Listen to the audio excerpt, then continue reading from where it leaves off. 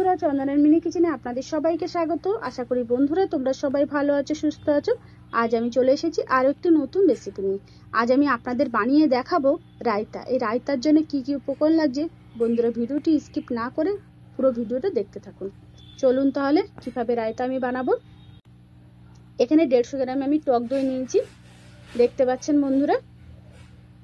আর লাগবে আমার শসাটাকে আমি ছোট্ট ছোট্ট করে কেটে নিয়েছি। শসার যে বীজটাকে ফেলে দিতে হবে। আর লাগছে ধনেপাতা কুচি, কাঁচা লঙ্কা, টমেটো কুচি, পেঁয়াজ কুচি। টমেটোর যে বীজটা সেটাও ফেলে দিতে হবে, দিয়ে ছোট্ট ছোট করে কেটে নিতে হবে। এবারে পাত্রের মধ্যে টক দইটা ঢেলে দিয়েছি, দেখতে পাচ্ছেন বন্ধুরা। দইটা বেশ ভালোভাবে ফেটিয়ে নেব। ফেটিয়ে নেওয়ার পরে দিয়ে দেবো শসা কুচি, আর দিয়ে দেবো ধনেপাতা কুচি, তারপরে দিয়ে দেবো টমেটো কুচি, তারপরে দিয়ে দেবো পেঁয়াজ, তারপরে কাঁচা লঙ্কা। বেশ সবগুলো দিয়ে বেশ ভালোভাবে ফেটিয়ে নেব। চ্যানেলে যদি আপনারা নতুন হয়ে থাকেন চ্যানেলটিকে সাবস্ক্রাইব করে দেন, পাশে থাকা বেল আইকনটি ক্লিক করে দেবেন। আর নতুন নতুন ভিডিওর নোটিফিকেশন সবার আগে আপনার কাছে পৌঁছে যাবে। আমার এই রেসিপিটি যদি আপনাদের ভালো লেগে থাকে লাইক করবেন, কমেন্ট করবেন, শেয়ার করবেন বন্ধুরা। আর বাড়িতে একবার এইভাবে বানিয়ে খেয়ে দেখবেন, খুবই ভালো লাগবে। বিরিয়ানি কিংবা ডায়েট যারা করে তারাও খেতে পারবেন।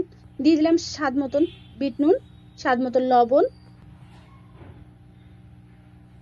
1 চামচ জিরে গুঁড়ো, 1 চামচ চাট মশলা। সবগুলো দিয়ে বেশ ভালোভাবে আমি মিশিয়ে নেব। ভিডিওটি প্রথম থেকে শেষ পর্যন্ত দেখার জন্য অসংখ্য ধন্যবাদ। ভালো থাকবেন, সুস্থ থাকবেন।